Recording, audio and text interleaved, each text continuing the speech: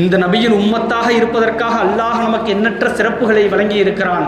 ஆனால் அந்த நபியின் வரலாறு கூட நமக்கு முழுமையாக தெரியாதே. நபியின் மனைவிமார்களின் பெயர் என்ன? நபிக்கு எத்துணை ஆண் குழந்தை, எத்துணை பெண் குழந்தை? நபியின் சாச்சாமார்களின் பெயர் என்ன?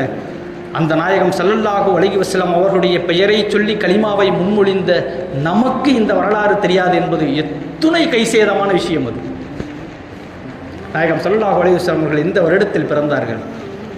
ரபியுல் அவ்வல் இருக்கிற காரணத்தினால் ரபியுல் அவ்வல் என்பது மட்டும் தெரியும். என்ன கிழமையில் பிறந்தார்கள்?